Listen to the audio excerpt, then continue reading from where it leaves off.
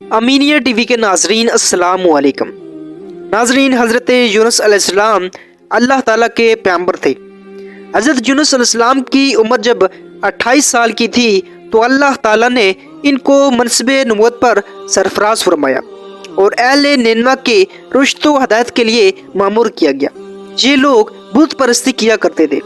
حضرت یونس علیہ السلام ایک عرصہ تک ان کو تبلیغ فرماتے اور توحید کی دعوت دیتے رہے، مگر انہوں نے اعلان حق پر کان نہ دہرایا اور سرکشی کے ساتھ شرک و کفر پر اصرار کرتے رہے اور گزشتہ نافرمان قوموں کی طرح اللہ تعالیٰ کے سچے پیغمبر کی دعوت حق کا ٹھاٹا کرتے رہے اور مذاق اڑاتے رہے۔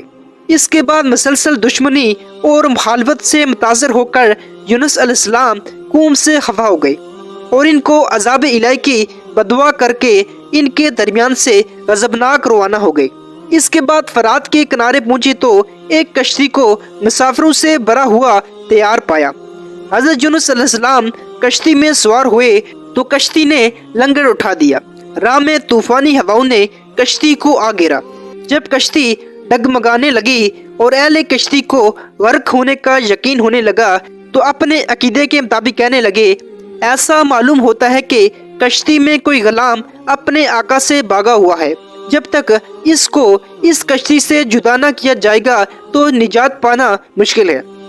یونس علیہ السلام نے سنا تو ان کو تنبیہ ہوا کہ اللہ تعالیٰ کو میرا نینوا سے وحی کا انتظار کیے بغیر اس طرح چلا آنا پسند نہیں آیا اور یہ میری اللہ کی طرف سے شاید آزمائش ہو۔ یہ سوچ کر انہوں نے اہل کشتی سے فرمایا، وہ غلام میں ہوں جو اپنے آقا سے بھاگا ہوا ہوں، مجھ کو کشتی سے باہر پھینک دو۔ مگر ملال اور اہل کشتی ان کی پاک بازی سے اس قدر متاثر تھے کہ انہوں نے ایسا کرنے سے انکار کر دیا اور آپس میں طے کیا کہ قرعہ اندازی کی جائے۔ اس کے بعد 3 مرتبہ قرعہ اندازی کی گئی اور ہر مرتبہ یونس علیہ السلام کے نام پر قرعہ نکلا۔ تب مجبور ہو کر انہوں نے یونس علیہ السلام کو دریا میں ڈال دیا یا وہ خود دریا میں کود گئے، واللہ عالم۔ اس وقت اللہ تعالیٰ کے حکم سے ان کو مچھلی نے نگل لیا۔ مچھلی کو حکم تھا کہ صرف نگل لینے کی اجازت ہے، یونس تیری قضا نہیں ہے، اس لیے اس کے جسم کو ذرا بھی تکلیف نہ پہنچے۔ یونس علیہ السلام نے جب مچھلی کے پیٹ میں خود کو زندہ پایا تو اللہ تعالیٰ کے سامنے اپنی ندامت کا اظہار کیا کہ کیوں وہ وحی الہی کا انتظار کیے اور اللہ تعالیٰ سے اجازت لیے بغیر امت دعوت سے ناراض ہو کر نینوا سے نکل آئے۔ اس کے بعد انہوں نے اللہ تعالیٰ سے اس طرح کچھ دعا مانگی کہ الہی تیرے سوا کوئی معبود نہیں ہے، تو ہی یکتا ہے، میں تیری پاکی بیان کرتا ہوں، بلا شبہ میں اپنے نفس پر خود ہی ظلم کرنے والا ہوں۔ اللہ تعالیٰ نے یونس علیہ السلام کی درد بھری آواز کو سنا اور قبول فرمایا۔ مچھلی کو حکم ہوا کہ یونس علیہ السلام جو کہ تیرے پاس ہماری امانت ہے اگل دے۔ اس کے بعد مچھلی نے ساحل پر یونس علیہ السلام کو اگل دیا۔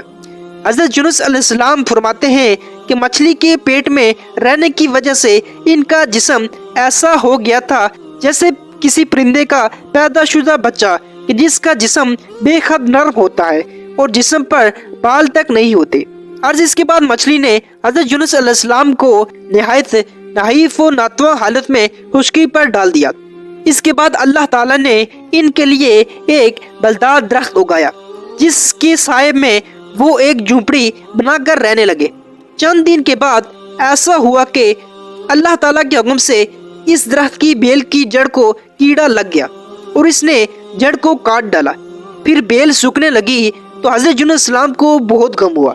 تب اللہ تعالیٰ نے وحی کے ذریعے ان کو مخاطب کیا اور فرمایا، یونس تم کو اس بیل کے سوکھنے کا بہت رنج ہوا جو ایک حقیر سی چیز ہے، مگر تم نے یہ نہ سوچا کہ نینوا کی 1,00,000 سے زیادہ آبادی جس میں انسان بس رہے ہیں اور ان کے علاوہ جاندار بھی آباد ہیں، اس کو برباد اور ہلاک کر دینے میں ہم کو کوئی ناگواری نہیں ہوگی، اور کیا ہم ان کے لیے اس سے زیادہ شفیق و مہربان نہیں ہے جتنا کہ تجھ کو اس بیل کے ساتھ پیار ہے جو تم وحی کا انتظار کیے بغیر قوم کو بد دعا کر کے ان کے درمیان سے نکل آئے۔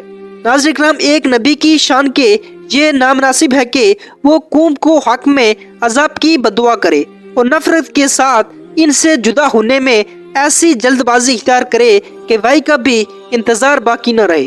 ہوا یہ کہ یونس علیہ السلام بددعا کر کے اہل نینوا سے جدا ہوئے۔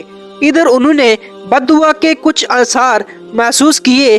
نیز یونس علیہ السلام کی بستی چھوڑ دینے پر ان کو یقین ہو گیا کہ وہ ضرور اللہ تعالیٰ کے سچے پیغمبر تھے اور اب ہلاکت یقینی ہے۔ تب ہی تو یونس علیہ السلام ہم سے جدا ہو گئے۔ یہ سوچ کر فوراً بادشاہ سے لے کر رایا تک سب کے دل خوف و دہشت سے کانپ اٹھے اور یونس علیہ السلام کو تلاش کرنے لگے کہ ان کے ساتھ پر اسلام کی بیعت کرے، اور ساتھ ہی سب اللہ تعالیٰ کی بارگاہ میں توبہ استغفار کرنے لگے اور ہر قسم کی گناہوں سے کنارہ کشی ہو کر آبادی سے باہر میدان میں نکل آئے، حتیٰ کہ جانوروں کو بھی ساتھ لے آئے اور بچوں کو ماؤں سے جدا کر دیا۔ اس طرح دنیاوی معاملات سے کٹ کر درگاہ الہی میں گریہ ازاری کرتے اور متفقہ آواز سے یہ اقرار کرتے رہے کہ پروردگار، یونس تیرا جو پیغام ہمارے پاس لے کر آئے تھے ہم اس کی تصدیق کرتے ہیں اور اس پر ایمان لاتے ہیں۔ اور کل اللہ تعالیٰ نے ان کی توبہ قبول فرمائی، ان کو دولت ایمان سے نوازا اور ان کو عذاب سے محفوظ کر دیا۔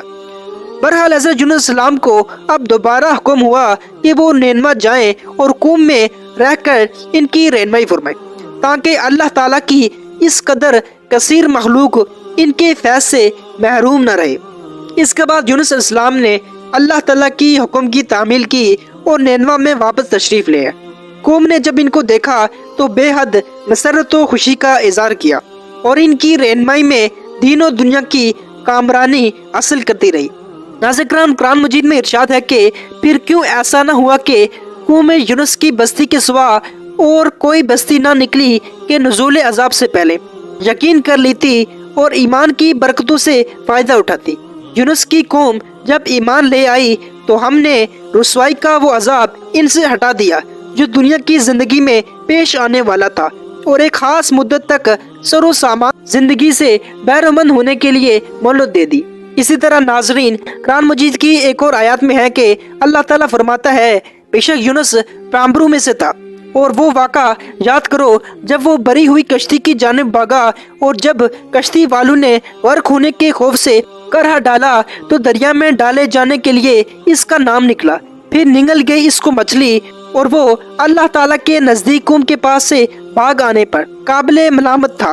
اگر یہ بات نہ ہوتی کہ وہ خدا کی پاکی بیان کرنے والوں میں سے تھا تو مچھلی کے پیٹ میں قیامت تک رہتا، پھر ڈال دیا ہم نے اس کو مچھلی کے پیٹ سے نکال کر۔ امید کرتا ہوں آپ کو اس ویڈیو میں بہت سی چیزیں جاننے کو ملی ہوں گی۔ تب تک کے لیے اجازت دیجیے، اللہ حافظ۔